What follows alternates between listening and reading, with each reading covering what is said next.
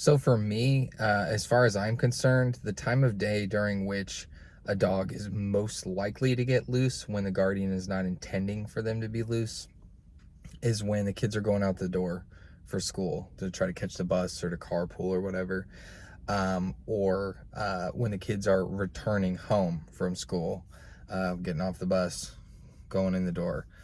Um, I 100% have one of those little child locks on our front door. My child is 3 going on 4, and she started to get in the habit of opening the front door. There's a door, and then there's a mud room or like a vestibule, and then there is a storm door. So she would open that door that leads to the mud room uh, a lot. And so I just went ahead and put one of those plastic like child locks on it. So for now, she doesn't know how to get it open, but I am coaching her. Like, we'll open it together and we'll take Carl out, our husky, and I'll say, does he have his leash on? And then it's going to be a yes or a no. He either does or he doesn't. So we can't open the door unless he has his leash on. So does he have his leash on? Yeah. Okay, cool. We're going to go out. So yeah, those times of day, if you're walking your dog or dogs in the neighborhood, you want to be hyper aware, even more aware than you normally are, which should be very. If you're the type of person that's walking your dog around and tapping on your phone and like having your head down and not watching your dog and not like taking inventory of your environment and checking over your shoulder, checking your six, and anticipating what's coming around corners, then you need to try to kick that habit. You need to knock that off, because I see this a lot, and like it only takes like a second or a fraction of a second for something to really go wrong. And so if you are not paying attention, then you're putting yourself and your dog at risk. I saw even a person pushing a stroller the other day, walking through a crosswalk and like looking at their phone. Like, people could turn right in there, like, just assuming that the pedestrian sees them coming.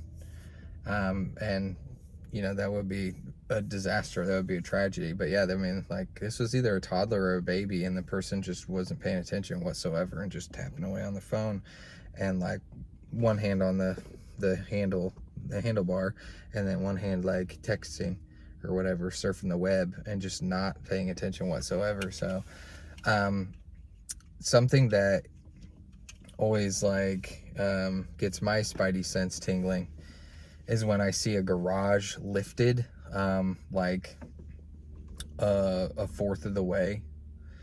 So it's closed 3/4 of the way, but not all the way.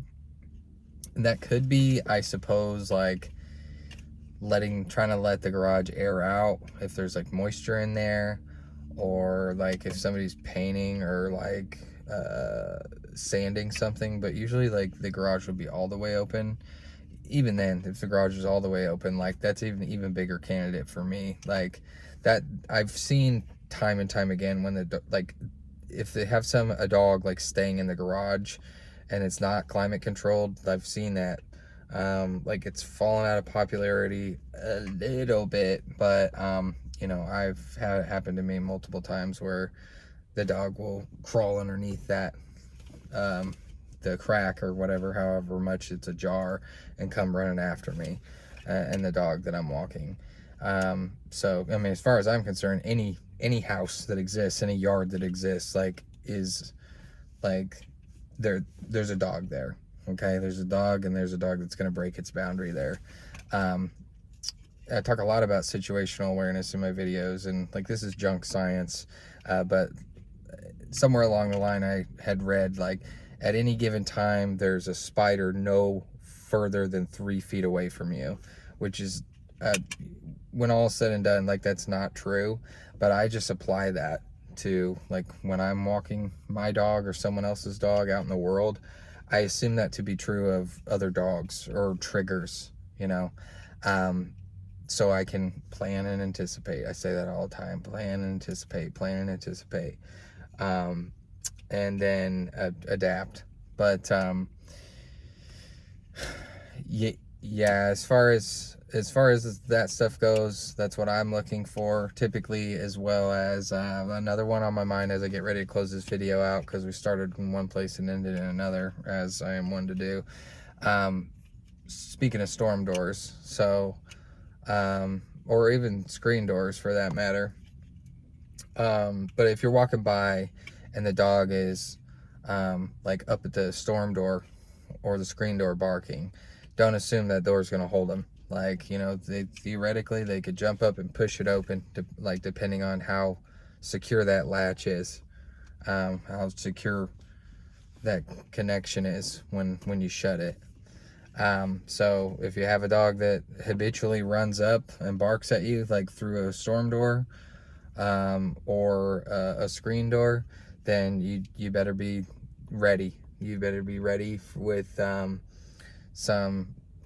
with a sacrifice, with an offering. So like we talked about, you know, throwing treats on the ground, doing a treat scatter. You better be ready to start adding distance, and having an escape plan, having a damage plan in place. So anyway, I think that's enough rambling, and if you made it through, as usual, appreciate it.